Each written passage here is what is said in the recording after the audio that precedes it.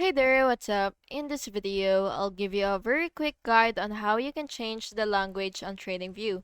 So it's really simple and easy. The first thing that you will have to do is of course go to the official tradingview.com, and once you're here, you will just have to click your profile icon right here, and then you will just have to select language, and of course, you will just have to click the language of your choice, and then for example, this language right here, you will just have to click it.